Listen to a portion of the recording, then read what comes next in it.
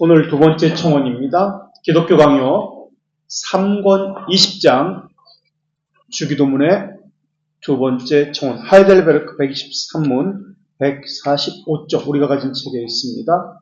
123문 둘째 청원이 무엇입니까?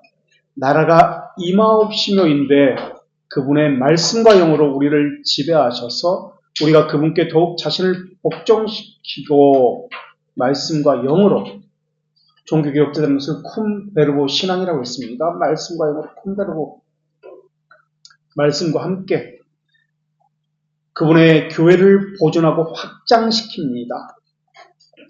마귀의 사역과 그분에 대항하여 자만하는 모든 폭력을 전멸시킵니다.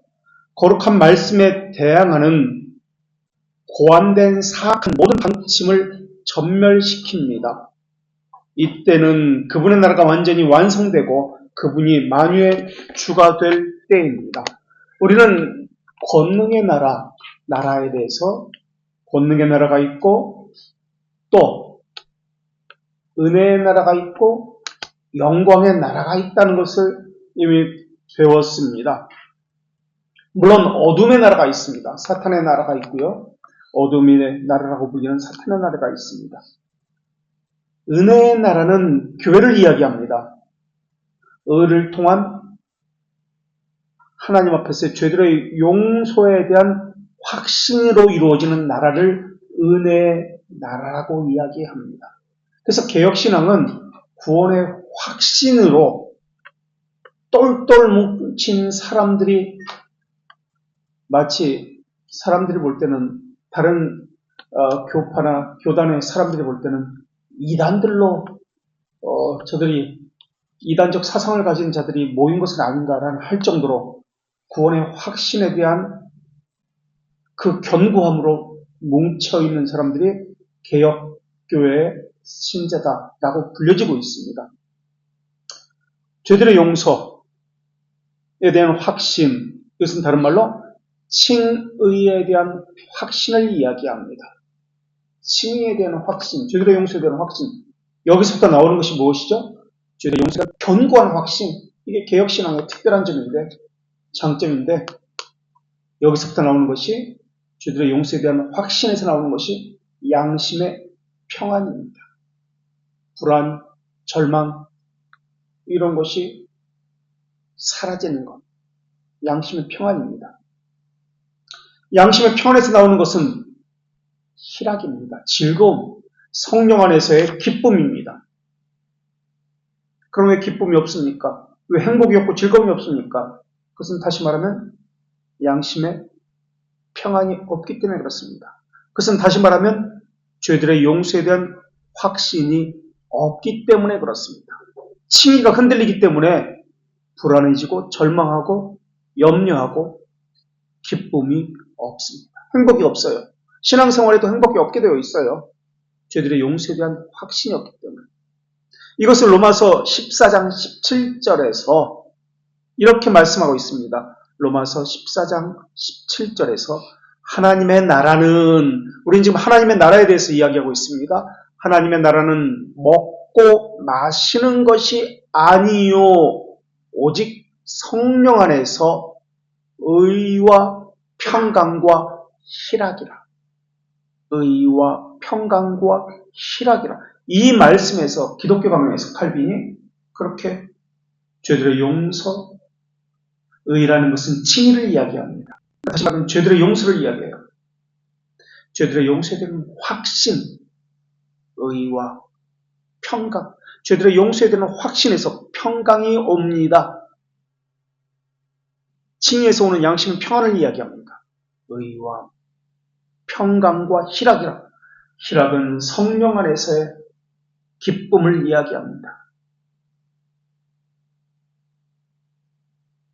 성령 안에서 주어지는 죄들의 용서에 대한 확신과 양심의 평안에서 나오는 기쁨을 이야기하고 있습니다. 이것이 로마서 14장 17절의 말씀입니다. 그래서 이런 사람은 그리스도를 섬길 때 하나님을 기쁘게 합니다. 섬길 때 자기도 기뻐하며 섬깁니다. 그리고 계속해서 14장 17절 그 다음 말씀이 18절 19절에 우리가 화평의 일과 서로 덕을 세우는 일에 힘을 쓰게 됩니다. 화평의 일과 서로의 덕을 세우는데 힘을 쓰게 됩니다. 그런데 우리는 이제 기독교 강요 3권에서 지금 우리 주기도문 3권 20장입니다. 여기서 이 평안, 화평을 다루지 않습니다. 확신을 여기서 다루지 않습니다. 그럼 어디서 다룹니까? 우리가 21장, 22장, 23장, 24장에서 이것을 다루게 됩니다. 그래서 우리가 아직은 이것을 확신 그리고 평안에 대해서는 배우지 않았습니다. 3권 24장은 예정에 관한 것인데요. 선택에 관한 것을 이야기합니다. 선택은 하나님 측면에서 하시는 것이 선택이고요. 예정이고요. 하나님의 선택이 하나님 측면이라면 확신은 우리 측면입니다. 그래서 하나님의 선택과 우리 측면인 확신, 이것이 3권 24장에서 다루어지게 될 것입니다. 그런데 우리는 아직 배우지 않았어요. 3권 20장을 지금 주기도문에서 하고 있으니까. 어쨌든 이 확신이, 우리 측면인 이 확신이 흔들리게 되면 불안해집니다. 낙심합니다. 무엇을 해야 될지 염려가 되고 신앙이 흔들리게 되어 있습니다. 그때 드는 생각은 나는 하나님의 자녀가 아니야. 나는 유기된 자야. 나는 하나님으로부터 버려졌어 라고 생각을 합니다. 물론 유기된 자일 수도 있습니다. 그런데 이들은 자신의 행위를 바라보고 있습니다. 그런데 우리는 무엇을 배웠습니까? 아직 안 배웠죠. 참 예정에서는 행위를 배제한다라고 했습니다. 영원이라는 개념을 우리가 예정에서 이제 설명을 하게 될 겁니다. 영원이라는 것. 선택은 영원입니다. 우리 행위를 바라보는 것이 아닙니다. 하나님 우리는 행위와는 상관이 없습니다. 그런데 흔들리는 자들은 항상 자신의 행위를 주목합니다. 나 묵상을 지금 안 하고 있는데 그러니까 불안하죠. 염려하죠. 그렇다고 묵상 안 하고 또 주일 빠지고 그러면 안 되는데 주일 빠지니까 내가 불안하고 뭔가 이상하고 구원 못 받은 것 같고 그렇습니다. 그러나 그것으로 구원받는 건 아닙니다. 그렇다고 빠지지 말라, 빠져라 그런 말 아닙니다. 3권 24장에서 선택된 자들만 특별한 부르심을 받는데 이것을 내적 부르심이라고 이야기합니다. 내적 부르심을 받은 자들만 특별한 부르심을 받고 또 하나님을 알기를 원하고 배우기를 기뻐합니다. 그 이유가 무엇 때문에 그렇습니까? 3과 24장에서 이야기하는데 배우고 확실한 일에 거하기 위해서입니다. 배우고 그 배운 것에 대해서 그것이 진리다. 확실한 일에 거하기 위해서. 확실한 일에 거하게 될 때 이것이 바로 견고한 구원의 확신입니다. 그래서 구원의 확신은 배우는 것과 확신한 일과 관련되어 있습니다. 그래서 배우기를 힘씁니다. 배우는 일은 확실한 일에 거하기 위해서입니다. 그렇다면 왜 구원의 확신이 없고 흔들립니까? 사람이기 때문에 물론 흔들립니다. 우리는 악의 삼총사에 둘러싸여 있습니다. 우리 안에 있는 죄, 잔재, 정욕이 있고 탐욕이 있습니다. 또 세상의 가치관, 시험들, 유혹이 있습니다. 그리고 사탄이 있습니다. 이런 악의 삼총사가 우리를 흔들고 있습니다. 그래서 흔들리고 늘 시험 가운데에서 선택을 해야 하는 그러한 경우에 빠지게 됩니다.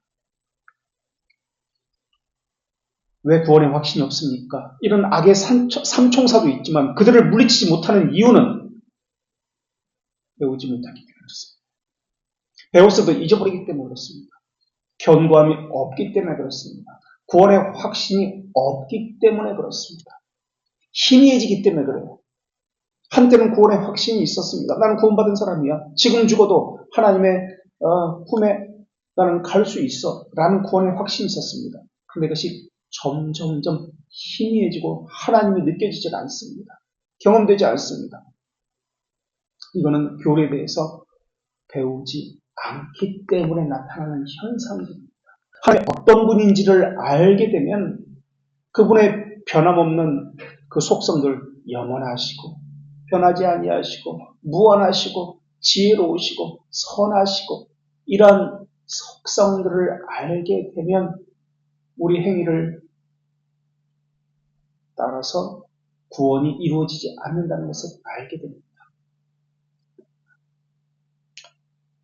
그래서 구원의 확신에 대해서 심정에서 희미해지고 흔들리는 사람들이 많이 있습니다. 첫째 원인은 교리를 배우지 않아서. 꾸준히 지속적으로 우리 잊어먹기 때문에 계속 배워야 돼요. 알고 있다 해도 계속 배우고 새롭게 다져야 합니다. 근데 그것이 없는 거예요. 그래서 희미해지는 거예요. 교회는 그것에 대해서 그러한 사람들에 대해서 대책을 마련해 줘야 합니다. 그래서 교리 공부라든지 권면하고 성도들끼리 서로가 조언하면서 또는 책망하면서 그렇게 다독이고 때로는 위로하면서 함께 그 길을 가자라고 이야기해 줘야 됩니다. 이게 교회입니다. 그리고 성도들의 문제점을 발견하면은 그 사람에 대해서 각자 맞춤 대안을 줄 수 있어야 합니다. 그래서 지속적인 돌봄, 신방, 상담 이런 것들이 필요합니다. 그러한 것을 하는 곳이 어떤 기관이다? 장로교회에서 그런 것을 하는 기관이 어떤 기관이다? 그런 하는 직분을 가진 직무를 가진 직분이 무엇이다? 당회입니다. 신령한 것을 관장하는 것이 당회입니다. 그래서 성찬도 예배도 당회가 관장합니다. 성찬은 그저 먹고 마시고 이거 준비하는 게 성찬 아니에요. 그들의 영적인 상태를 살피는 것이 성찬입니다. 그래서 성찬 전에는 항상 무엇이 있다? 신방이 있는 거예요.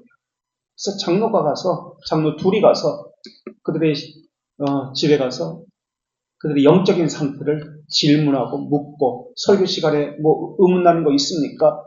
질문을 받기도 하고 이렇게 대답해 주기도 하고 이러한 것이 장로가 해야 하는 일입니다. 목사가 그거 혼자 못해요.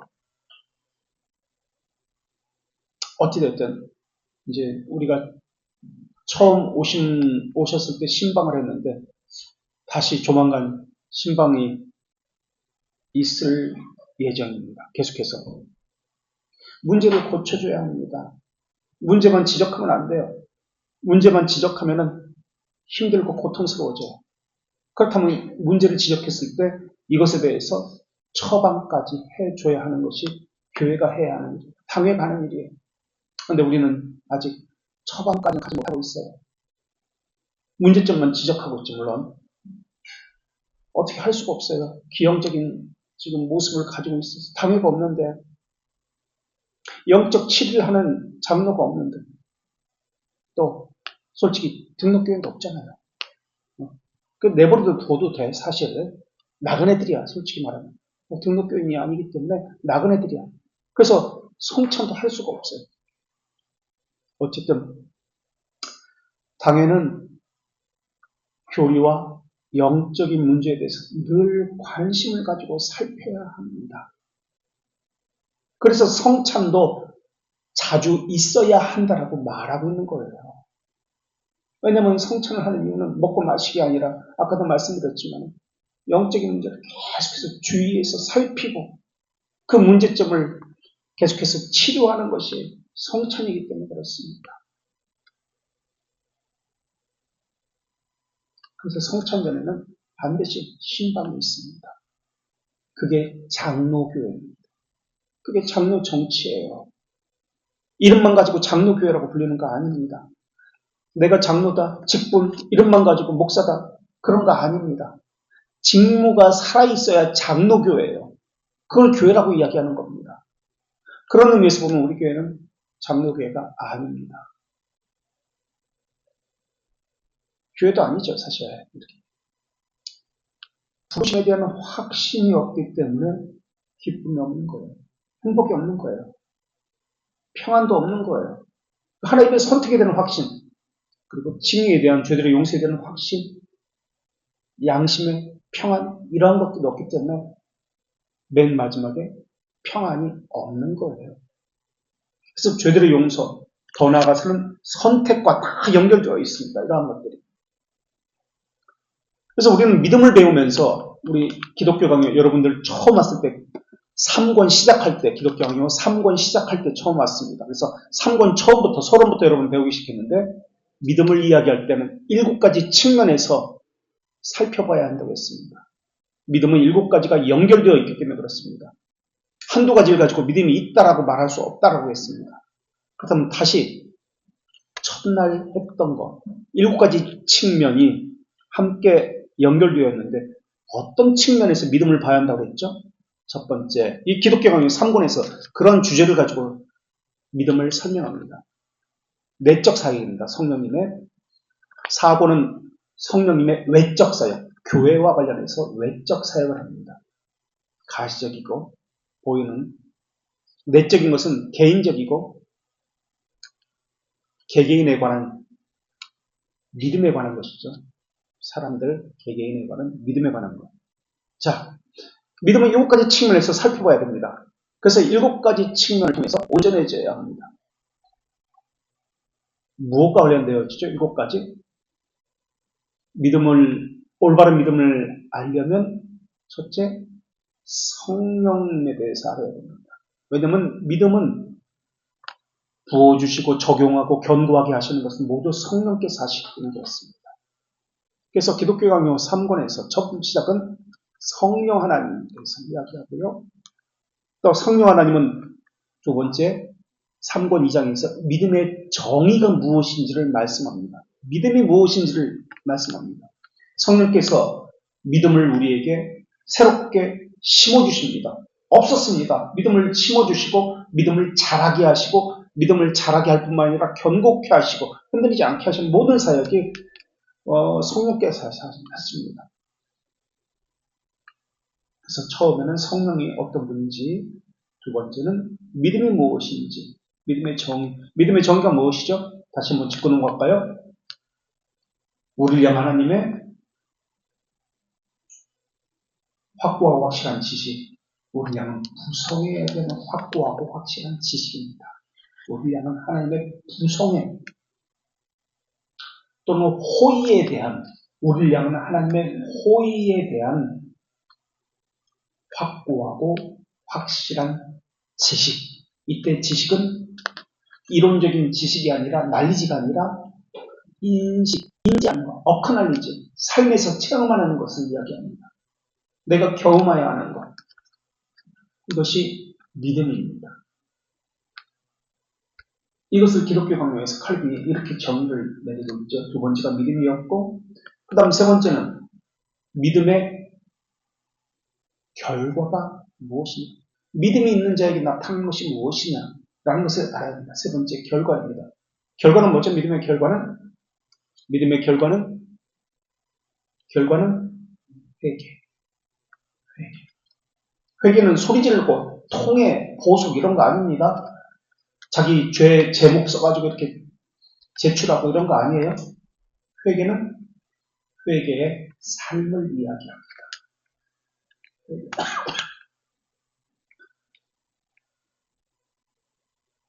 그래서 회개를 설명하면서, 믿음의 결과인 회개를 설명하면서 어떤 것을 설명하죠? 기독교 강요에서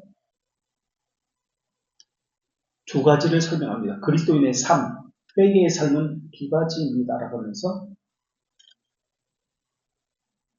자기 부인과, 자기를 부인하는 것과, 예수님께서 제자들에게 하신 말씀이죠. 그리고 자기를 부인하고 나를 따르려거든, 자기를 부인하고, 정확히는 자기 십자가를 지고 나를 따르라고 말씀하셨습니다. 자기를 부인하는 것 하나, 자기 십자가를 지는 것. 그래서 하이델베르크에서는 참된 회개를 두 가지 것으로 죄 죽이기와 영 살리기라고 이야기합니다. 동시에 죄를 죽이는 것과 자신의 영을 살리는 것.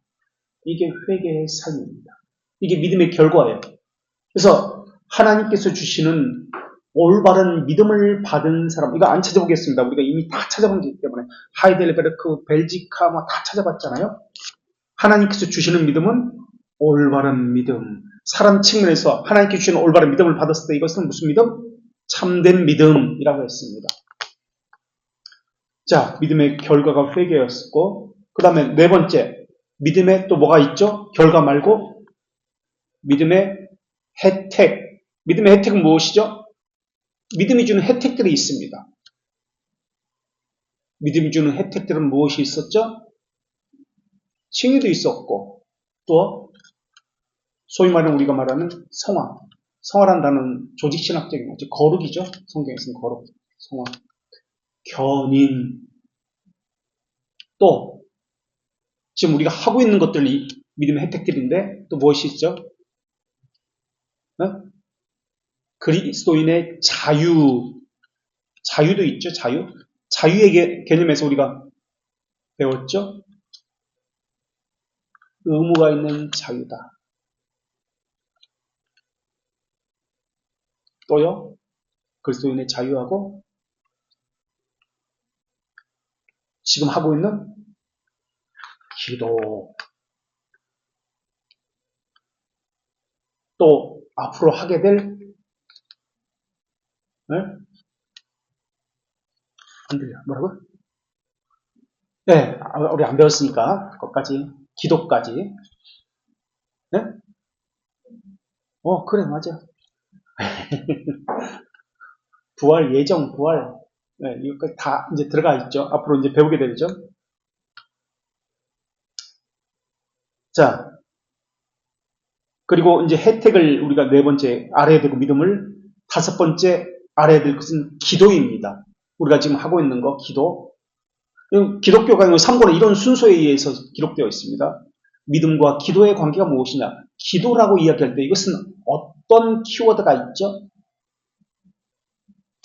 자녀됨, 그렇죠. 양자됨, 자녀됨, 하늘에 계신 우리 아버지, 자녀됨의 관계가 기도 가운데 드러납니다. 그래서 아바 아버지라고 불리게 되죠. 아바 아버지라고 불리는 것이 어떤 것인지 기도를 통해서 드러나게 됩니다.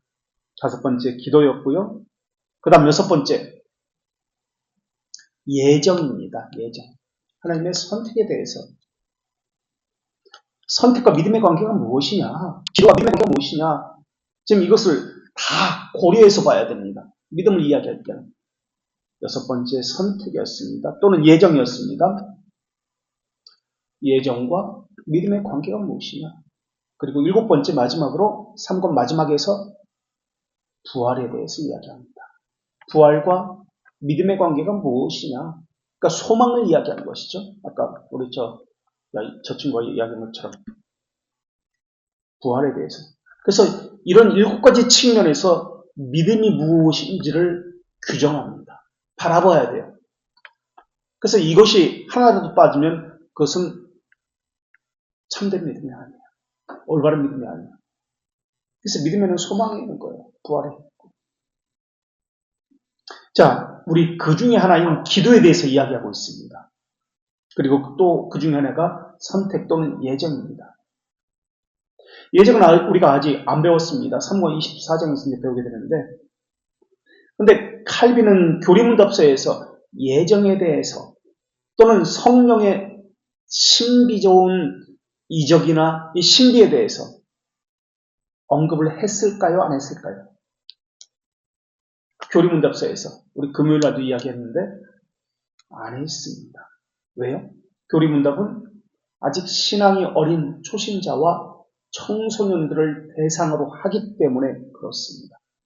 그래서 오해의 소지가 있을까봐 신비체험이나 성령님의 어떤 사역이, 이적적인 사역이나 아니면 예정에 대해서는 거기서는 가르치고 있지 않습니다. 어쨌든 예정, 부르심, 선택, 죄들의 용서에 대한 확신이 없기 때문에 반대로 이야기하면 말씀을 배우고 연구하는데 게으릅니다. 왜 말씀을 배우고 연구하는데 게으릅니까? 다른 것이 아니에요. 부르심에 대한 확신이 없기 때문에, 선택에 대한 확신이 없기 때문에, 죄들의 용서에 대한 확신이 없기 때문에 배우는 것에 게으릅니다. 확신한 일에 거하기를 원치 않습니다. 흔들리기 때문에 그렇습니다. 그렇다면 그들에게 어떤 처방을 내려줘야 합니다. 교회에서. 왜 배우는데 게으릅니까? 왜 열심을 내지 않습니까? 그래서 견인에 대한 개념도 없는 거예요. 그래서 흔들리는 거예요. 참고 견디는 것에 대해서 그런 것도 없는 거예요. 다 이렇게 연결되어 있는 거예요. 믿음이. 그냥 믿으면 되는 것 아니야? 그래서 그런 얘기가 나오는 거예요. 그냥 믿으면 되는 거야. 그냥 성경 믿으면 되는 거지. 교리 같은 거 배워서 뭐해? 이런 얘기가 나오는 거예요. 특별한 부르심, 유효한 부르심의 특징은 예수 그리스도께 나온다는 것에 있습니다. 예수 그리스도는 말씀이 성육신한 겁니다. 말씀을 배우려고 합니다. 특별한 부르심을 받은 사람. 그게 없으면 병든 겁니다. 그래서 말씀에 대한 갈증이 있는지 없는지 보면 이 사람이 영적인 상태를 알 수 있습니다. 그래서 그런 사람에 대해서, 교회에 대해서 대책을 세워줘야 합니다. 이러한 것을 당회가 하는 거예요. 목사가 못해요. 당회에서 하고 이것을 목사에게 본인들이 해결이 못할 때, 안 될 때 당회에서 함께 이것에 대해서 회의를 하는 겁니다. 그래서 하나님은 하나님이 선택한 자를 그리스도께 나오게 하셔서 말씀이신 그리스도를 배우게 하십니다. 이게 선택된 자들의 특징입니다. 그래서 확신한 일에 거하게 하십니다. 그래서 이것을 성경에서는 믿음의 교훈, 믿음의 도, 카테키즘이라고 이야기합니다. 이것을 우리말로 우리가 쓴 용어로 하면 교리라는 단어입니다. 물론 성경에는 교리라는 단어가 안 나와요. 믿음의 교훈, 믿음의 도 이렇게 나옵니다. 이게 카테키즘이라는 단어예요. 라틴어로. 그게 우리로 번역하면 교리라는 단어입니다. 유기된 자들은 하나님께서는 어떻게 하십니까? 완악하게 내버려 두십니다. 그래서 유기된 자들은 자기들이 하고 싶은 대로 하게, 원하는 것을 자발적으로 하게 내버려 두시는 거예요. 간섭하지 않으세요. 내버려둬서 자기가 하고 싶은 대로 하게 만듭니다. 이게 유기된 자들의 특징입니다. 그래서 교회는 간섭합니다. 교리 공부하라고 책망합니다. 이러한 것이 직분자가 하는 일이고요. 교회가 하는 일입니다. 그래서 이것이 은혜라는 것을 깨달아야 합니다. 하나님은 하나님이 택한 사람의 심정을, 내적 심정을 붙들고 계십니다. 그래서 성령께서 내적으로 행동하기 때문에 내적으로 그 사람을 감동시킵니다. 그래서 감동시킬 때 고민하게 하십니다. 하나님의 뜻으로 결국 그 사람을 이끌어내십니다. 하나님의 뜻이 있는 곳에 그 사람들은 그 자리에 서게 됩니다. 그 자리에서 벗어나는 것, 이것은 하나님의 뜻이 아닙니다. 이것은 사탄이 하는 겁니다. 이것은 자기 안에 있는 타락성, 부패성이 하는 것입니다.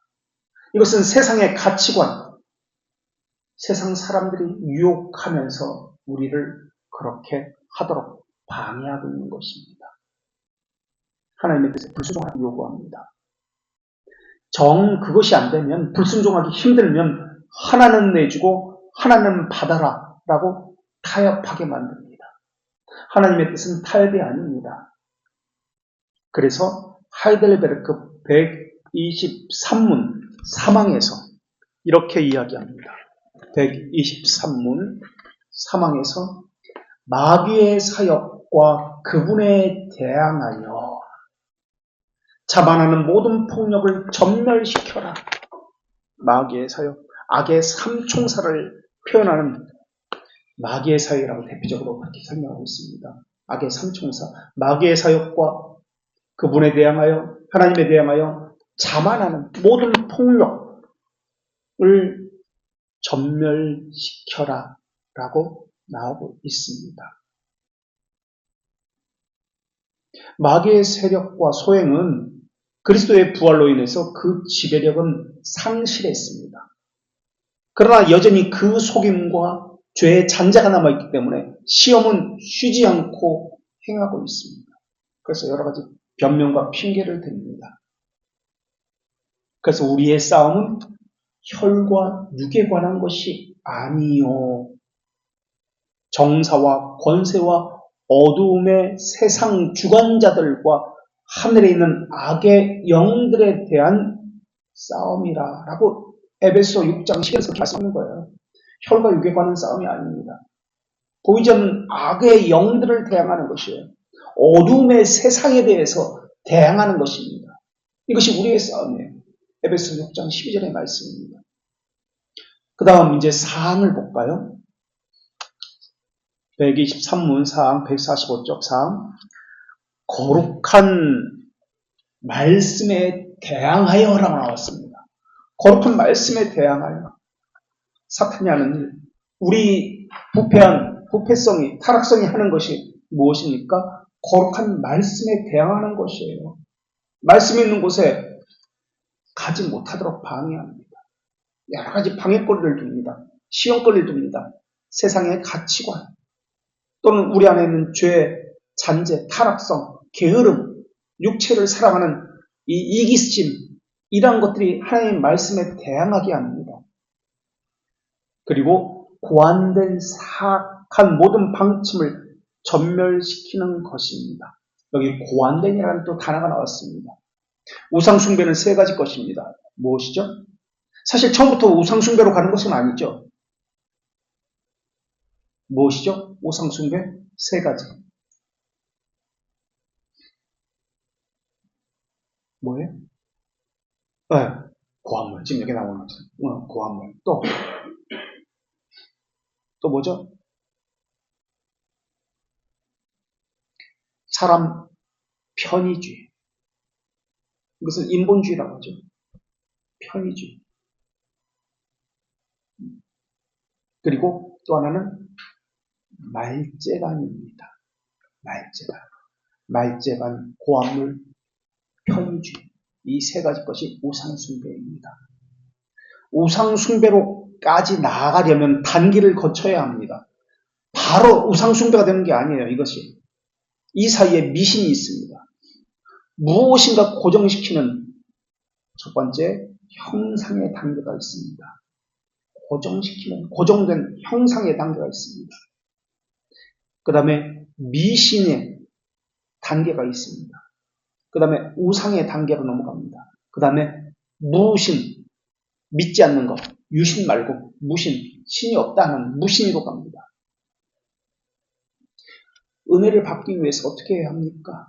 고민하기 시작해요. 은혜를 받는 방편을 만들어냅니다. 그래서 어떤 프로그램을 만들어냅니다. 어떤 가시적 방법이 필요하다고 생각합니다. 내가 은혜를 받기 위해서 어떻게 해야 되지? 하나님을 만나기 위해서 어떻게 해야 되지? 이런 것들을 고민하기 시작하는 거예요. 그래서 이러한 것들이 계속해서 경험되어지고 되어질 때 어떤 고정된 것으로 만들어집니다. 어떤 고정된 형상으로 만들어집니다. 이것이 외적 상징이라고 그렇게 불려지는 겁니다. 외적 상징. 이것이 성례라는 것입니다. 성례. 외적 상징은 성례입니다. 이렇게 했더니 이렇게 됐다. 산기도 갔더니 기도응답 받아. 이게 반복되는 거예요. 처음 한 번, 두 번, 세 번, 네 번. 이렇게 여기서 강대상 앞에서 기도했더니 이렇게 되었더라. 새벽기도 나갔더니 이렇게 되었다. 이렇게 반복되는 거예요. 어떤 가시적인 것이 형상이 되어버리는 거예요. 이것이 점점 고착되면 미신이 됩니다. 꿈이 될 수도 있습니다. 어떤 체험이 될 수도 있습니다. 어떤 프로그램이 될 수도 있습니다. 이러한 것들이 고착이 되는 거예요. 이적이나 어떤 기도가 될 수 있습니다. 기도 열심히 했더니 이렇게 되더라. 기도일 수도 있고 이적일 수도 있습니다. 거룩한 하나님의 말씀에 대항하는 모든 것들, 가공된 사악한 것들은 전멸시켜 달라는 기도가 네 번째, 우리 둘째 청원에서 네 번째 뜻입니다. 이것이 하나님의 나라가 임하옵소서라는 기도의 뜻입니다. 그러니까 지금까지 배운 것을 좀 정리해 볼까요? 지금 4항까지 이야기했는데 정리해 보면은 나라가 임하옵시며 라는 두 번째 주기도문의 청원은 중보자와 구속자에 관한 고백입니다. 이 고백은 중보자, 고속자에 대한 고백은 어떤 분이 중보자냐? 라는 고백은 하나님의 나라와 관련되어 있습니다. 그래서 123문 1항에서는 하나님의 나라는, 하나님의 백성은 하나님의 말씀과 영으로 다스림을 받는 자들이 하나님의 백성이고, 하나님의 나라는 하나님의 말씀과 영으로 지배하는 것이고, 그러니까 이것은 우리 측면이라고 말씀드렸습니다. 우리는 말씀과 영에 순종하게 해 주십시오라는 기도가 바로 둘째 청원의 첫 번째 가르침입니다. 우리가 하나님의 말씀에, 하나님의 영에 순종하게 하여 주시옵소서. 세상에 유혹이 있습니다. 세상에 가치관이 있습니다. 사탄의 시험이 있고 또 우리 안에 있는 부패성과 또 타락성, 게으름이 있습니다. 계속 교묘한 변명을 댑니다. 우리가 있어야 될 자리를 잊지 않고 계속 다른 곳으로 가려고 합니다. 이것에 대항하여서 우리가 말씀과 영으로 순종하게 하여 주시옵소서. 말씀과 영에 순종하게 하여 주시옵소서. 이게 1항이 가르치는 것이고요. 2항은 그분의 교회를 보존하고 확장시킨다라는 말씀인데 하나님의 교회를 보존시켜 주시옵소서. 보존이라는 공약입니다. 세상의 가치관이 들지 못하게 거룩성을 보존하여 주시옵소서. 순결성을 보존하여 주시옵소서. 그리고 이 순결성이, 거룩성이 확장되도록, 지경을 넓혀가도록 하여 주시옵소서. 라는 기도가 두 번째 가르침입니다. 세 번째 항은 마귀의 사역과 그분에 대항하여 자만한 모든 폭력을 전멸시키고 있는데 하나님의 나라는 거룩성을 훼손시키는 것, 마귀의 소행에 대해서 싸우게 해달라는 기도입니다. 자기가 있어야 될 곳에 있지 못하도록 방해하는 세 가지 악의 삼총사와 싸우게 해 주십시오. 이기게 해 주십시오. 라는 것이 세 번째 기도입니다.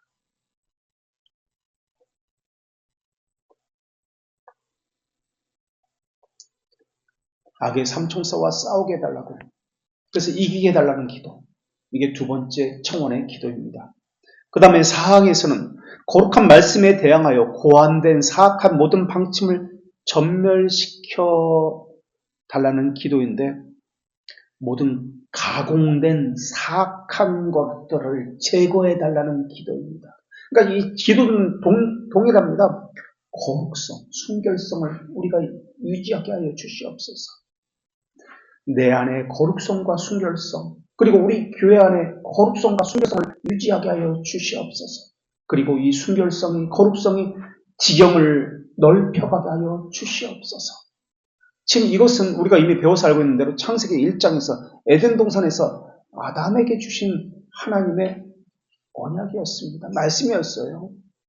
거기서부터 계속해서 지금까지 변하지 않고 주어지는 말씀입니다. 명령입니다. 반대로 이야기하면 사악한 자는 고안된 가공물을 가지고 있습니다. 그래서 선택한 자들을 유혹합니다. 교회를 유혹하고 시험에 들게 합니다. 사악한 자는 유기된 자를 이야기합니다. 고안된 사악한 모든 방침. 사악한 자는 심판날에 하나님의 왼편에 서게 되는 자들인데 그들은 하나님만이 아십니다. 그들은 왼편에 서게 돼서 명백한 증거와 양심에 따른 저주로 판결을 받게 됩니다. 웨스트민스터 대규리문답 89문 1항 247쪽에 있습니다. 247쪽 89문 대규리문답 89문 1항입니다. 원래는 1항, 2항, 3항 이런 게 안 나와요. 우리는 공부를 위해서 평상 이렇게 나눕니다. 1항이라고 89문부입니다. 247쪽 심판날에 사악한 자에게 무엇이 행해집니까? 89문 247쪽 심판날에 사악한 자에게는 1항 그리스도의 왼편에 서게 될 것이고 명백한 증거와 그들의 양심에 대한 완전한 가책으로 인해서 두려움과 그들에 대해 선언된 정죄의 공정한 선언만이 있을 것이다. 이렇게 나옵니다. 완전한 양심의 믿음은 어디에 쌓인다고요? 청결한 양심 위에 믿음이 부어지는 것이다 라고 했습니다. 그래서 청결한 양심을 갖게 됩니다. 사악한 자는 거룩하고 순결성을 무너뜨리려고 합니다. 말씀을 그래서 왜곡합니다. 말씀과 영으로 우리를 지배하는데 하나님께서는 이것을 무너뜨립니다. 그래서 무엇을 가지고 들어옵니까? 사람의 정, 사람의 편의주의, 세상의 가치관, 교묘한 말재간이로 하나님의 말씀을 왜곡시키는 것, 변질시키는 것, 이것을 가지고 들어옵니다. 이것이 안 될 때는 타협하게 만듭니다. 하나는 주고 하나는 받고 전략을 세웁니다.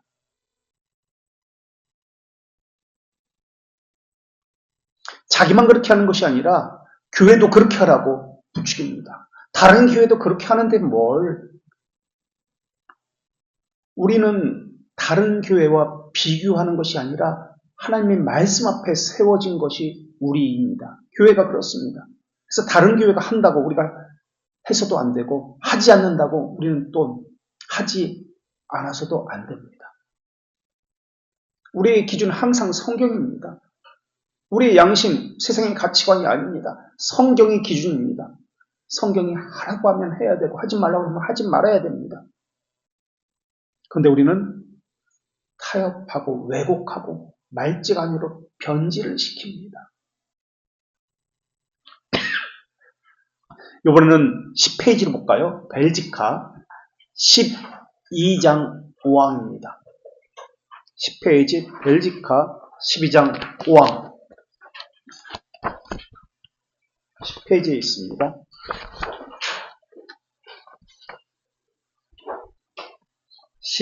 12장 5항을 보겠습니다. 12항은 창조에 관한 것인데요. 5항 10페이지 마귀와 악한 영들은 너무나 타락하여 하나님과 모든 선한 것에 적이 되었는데 그들은 자신의 세력을 최대한 사용해서 교회와 교회에 속한 모든 일원의 멸망을 지켜보면서 자신의 사악한 전략을 사용합니다. 자신의 사악한 전략, 거짓이죠. 왜곡이죠. 이것을 위해서 고함물, 말재간, 사람 편의주의를 사용합니다. 사악한 전략을 사용해서 모두 전멸시키는 것을 바라보는 살인자와 같다 하겠습니다. 결국 자기 사악함으로 인해서 영원한 저주의 판결을 받고 매일 공포의 고뇌를 기다리고 있습니다. 이렇게 말씀하고 있습니다. 이들은 의인을 잔인하게 핍박하는 것을 자신의 사명으로 알고 있습니다. 그래서 사탄은 목숨을 걸고 교회를 무너뜨리려고 합니다. 목숨을 걸고 말재간을 부려가지고 교회를 흠을 잡습니다. 그래서 세상 사람들은 교회에 대해서 자기는 받은 것도 없고 준 것도 없어요. 그런데 목숨을 내걸고 혈안이 돼가지고 헐뜯습니다. 코로나 때 그랬습니다. 그것이 자신의 사명이라고 생각합니다. 자신의 존재 이유인 것처럼 교회를 헐뜯습니다. 그건 자연스러운 거예요. 이상한 일이 아닙니다. 그런데 선택된 자들도 중생하기 전까지는 하나님이 아무리 선택했어도 그들이 중생되기 전까지는 모두 사악하고 패역한 삶을 살면서 하나님을 대적하는 자가 됩니다. 마치 회심 이전의 바울처럼 말입니다. 그것이 하나님을 위한 길이라고 생각했어요. 그래서 교회를 핍박하고 믿는 자들을 잡으려고 죽이려고 그렇게 쫓아다녔어요. 하나님을 위한 나의 열심을 벌어라고 이야기했습니다. 중생 전까지는 그렇게 되는 거예요. 돌트레이트 3사장 1장 7항 볼게요. 1항 7절 66페이지에 있습니다.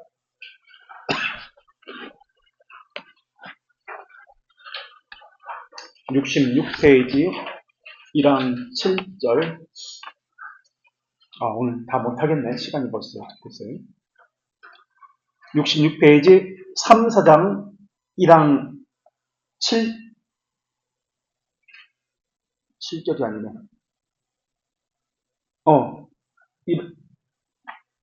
3사장 3절이네. 3절, 그죠? 도리어 그는 눈먼 마음과 소름 끼치는 어두움, 헛되고 왜곡된 판단을 수반하게 되었고, 심정과 의지에 사악하고 모반적이고 외고집적이 되었고, 그의 애정은 불결하게 되었습니다. 라고 이야기합니다. 눈먼 마음, 소름 끼치는 어두움, 헛되고 왜곡된 판단을 수반합니다. 하나님께서 그의 눈을 띄우지 않으셨기 때문에 그렇습니다. 그래서 보지 못합니다. 듣지 못합니다. 그러다 보니까 온전한 하나님의 뜻을 수용하지도 못하고 판단하지도 못합니다. 그래서 왜곡된 판단을 수반합니다. 그래서 이 부분부터는 다시 다음 주에 해야 되겠네. 시간이 벌써 이렇게 돼버렸어요. 여기까지 혹시 질문이나 하고 싶은 말씀 있으세요? 다음 주에는 우리 끝내도록 하겠습니다.